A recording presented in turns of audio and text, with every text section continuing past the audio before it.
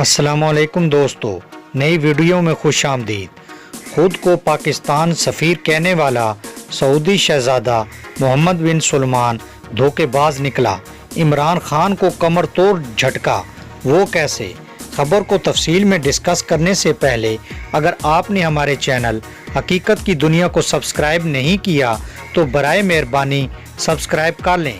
ناظرین گرامی، سعودی عرب بھارت میں $100 بلین کی سرمایہ کاری کرنے جا رہا ہے، جو کہ بھارت کی ڈوبتی معیشت کو سہارا دینے کے لیے ہے۔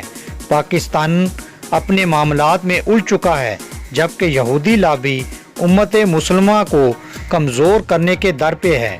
دوستو، سعودی ولی عہد نے سعودی عرب میں ہونے والے حملوں پر براہ راست ایران کو ذمہ دار ٹھہرایا ہے، اور یہ بھی کہا ہے کہ اگر عالمی طاقتیں ایران کو کنٹرول کرنے میں ناکام ہو گئیں تو عالمی طاقتوں کی بڑی ناکامی ہوگی اور تیل کی قیمتوں میں ناقابل یقین حد تک اضافہ ہو جائے گا۔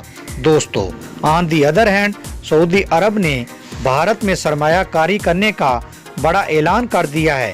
دنیا میں تیل کا سب سے بڑا برآمد کنندہ سعودی عرب بھارت میں مختلف شعبوں میں مجموعی طور پر $100 بلین یعنی پاکستانی 15,682 ارب روپے کی سرمایہ کاری کرے گا، اور یہ بھی کہا گیا ہے کہ بھارت سعودی عرب کے لیے پرکشش ملک ہے، اور اس کے لیے سعودی عرب بھارت کے لیے تیل، گیس اور طویل اسٹریٹجک شعبوں میں تعاون کے لیے بھی بات چیت کر رہا ہے۔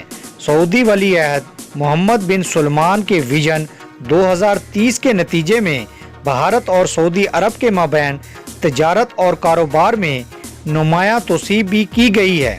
سعودی سفیر نے یہ بھی کہا ہے کہ 2019 میں بھارت اور سعودی عرب میں مشترکہ سرمایہ کاری کے لیے وسیع تر کام شروع کر دیا گیا ہے۔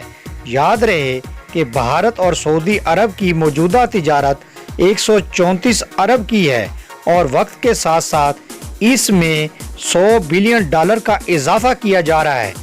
یقیناً ناظرین، آپ کو پاکستان، سعودی عرب اور انڈیا کے حوالے سے لیٹسٹ اپڈیٹ پسند آئی ہوگی۔